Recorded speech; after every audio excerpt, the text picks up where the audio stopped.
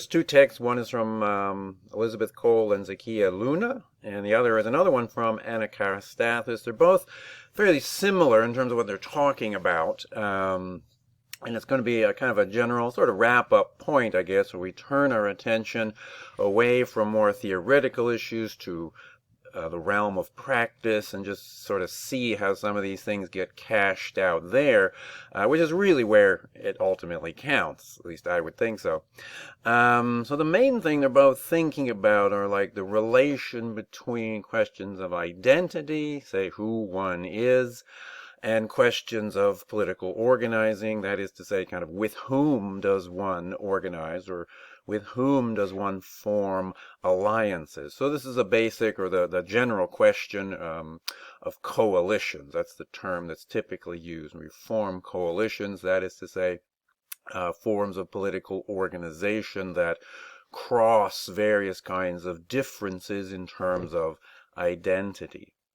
This is typically seen, that is to say, organizing coalitionally, that's a word, coalitionally, is typically seen as necessary. That is to say, it is kind of embraced and taken up as at least politically expedient and necessary in order to avoid a kind of, say, divide and conquer situation where all kinds of oppressed groups, no one would get anywhere unless there's a kind of alliances and coalitions formed.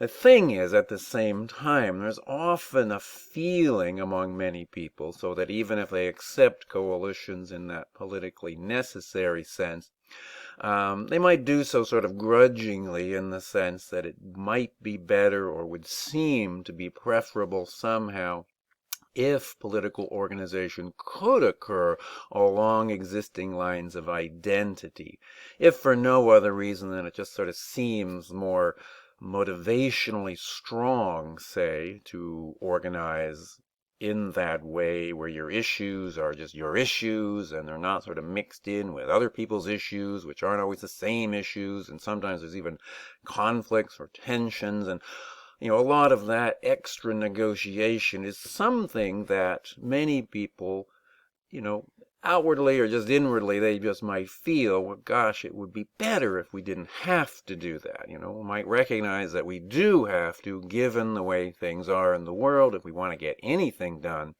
But they might sort of secretly wish that they didn't have to kind of engage and kind of negotiate across those differences.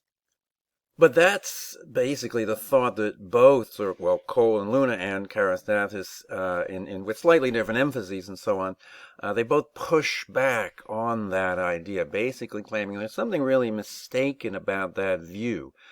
So part of this is basically rooted in the idea that sort of existing identity categories, standard understanding of things themselves aren't what they seem. They're not really identity categories, right? They aren't really categories of sameness, because what is sort of intersectional analyses will show is that they typically do include quite a bit of difference and diversity already, right? So it's not exactly what it seems, right? And in many ways, these categories, given what we thought about in terms of like the conceptual structures and so on of sexism, a lot of these categories are sort of loaded and complicit with the system anyways.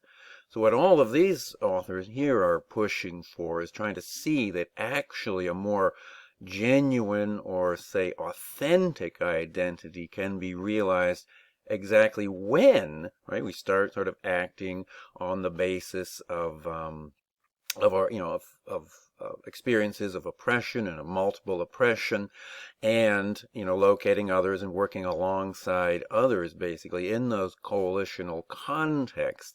It's exactly there that actually individuals can work out a more accurate, or as I said, a more kind of authentic identity, basically. It's where differences within, and everybody has them. No one is ever simply one thing or another. Everybody's kind of a complex mixture of various different things, and it's exactly in the kind of the coalitional context of political organizing like that one can really sort of own that, basically, and really be that, rather than kind of reducing oneself in some more or less simplistic way to being either this or that. So the feeling that many people do have that somehow something is being lost, or somehow someone is not being fully themselves when they enter in and act within a coalitional context, they want to say is really quite mistaken. There is no real loss at all, because what one might be losing, if you're losing anything, is a more sort of simplistic or kind of abstract identity that wasn't really true to oneself anyways, and one at least is then in a position, potentially at least, to gain this more kind of accurate or authentic or, truer kind of identity. So there's still a sense in which identity is fundamental. It's just that we say it's not pre-given, right? Whatever we might take in terms of our identities, in terms of these kinds of categories, they exist, is highly imperfect, to say the least, and that we can do a much better job. Maybe there's other ways too, but certainly through this kind of coalitional political organizing is an excellent way, they just want to say. So just to put a finer point on it, they just want to say there's no loss, right? When people think that somehow organizing coalitionally is second best or merely sort of politically necessary, but it would be better if we could do it otherwise, that's what's exactly wrong. There's everything to be gained, they want to say, which is a very nice message, of course, if it's true, right? To say that you can indeed push forward a social, progressive social agenda, and in and through doing that, really become oneself, gain a truer, kind of more authentic identity. These things actually just go hand in hand. Or in other words, it's not a matter of trying to, first of all, say, discover one's identity and on that basis try to figure out how to move forward politically, but more trying, critically to figure out basically who's on your side or whose side are you on and so on. And on the basis of those kind of political commitments, ultimately work to redraw, reconfigure the lines or the categories concerning identity such as they are. So ultimately, it's really quite a lovely and profound message, basically, concerning just how sort of our pursuit of a more of being oneself, in other words, of identity in a deeper, more genuine sense, basically, just goes together with this kind of social movement forward, basically. Which leads, so I'll just end on this, because I do want to have a question of some kind. I haven't posed it yet or thought of it yet on the final that might have to do with this.